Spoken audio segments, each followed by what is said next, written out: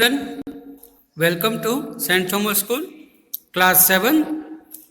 Our lesson is Medieval Age Structure and Architecture. Last we have completed about the literature work, poet and author's list is given. You can go through according to it. Now, this time we will talk about the temple architecture. During the Rajput age, temple construction is noteworthy. Rajput kings were fond of constructing grand and artistic building. The architecture and sculpture of that time is evident from temple, forts, palaces and lakes. Khajuraho and Puri temple of Jagannath are very famous. Sun temple of Konark and Sun temple of Modhera is also a very popular. Konark temple was constructed in a great finesse that it was shaped like a one chariot. Chariot means rath. It is looking like that seven horses driving this temple. Marthan temple of Kashmir and Modhera Sun temple also famous. It was a prominent feature of Sun temple Modhera that first ray of the sun directly going to the inside into the Garbhagruh of Sun temple and falling down, and people are worshipping sun over there. Ellora caves were of the Deccan have caves representing religions of Hinduism, Buddhism, and Jainism. Elephanta caves near Mumbai have three-faced sculpture of Lord Shiva. Meenakshi temple of Madurai is famous all over the India. Temple of Samya have a special imposing gateways called Gopuram. Gopuram means the entrance gate is very wide, so people can sit there in a large number. Gopuram means inner sanctum.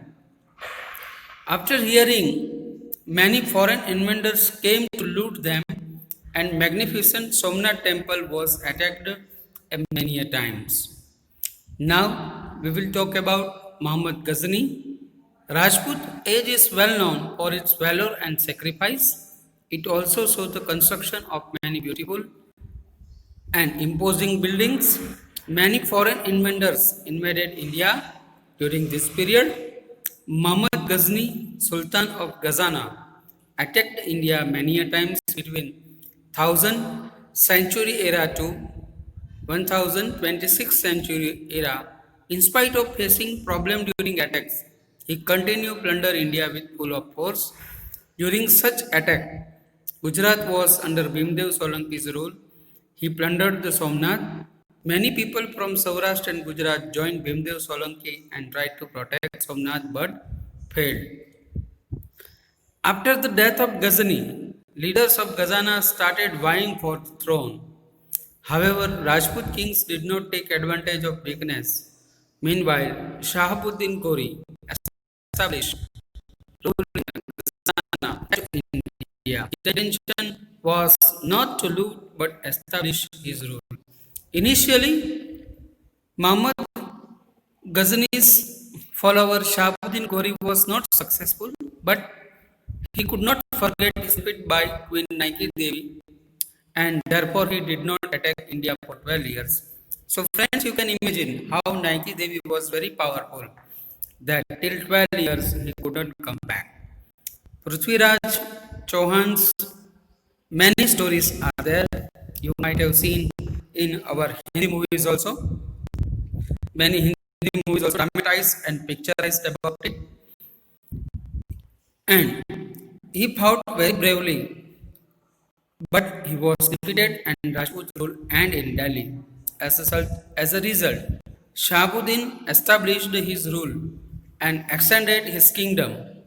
After Shahabuddin, his slave, who was also a commander-in-chief, Senapati, Qutbuddin Aibak, ascended the throne and started slave dynasty, means Gulam Vansh.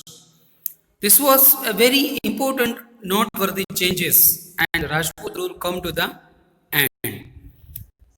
There was change in the administration and society also. We have to note down this. In place of valor and sacrifice, people started conspiring against each other for their power. The throne of Delhi was stained with the blood. At last, some question answers are there that I shall send you very soon when we start our next lesson. Till then, thank you.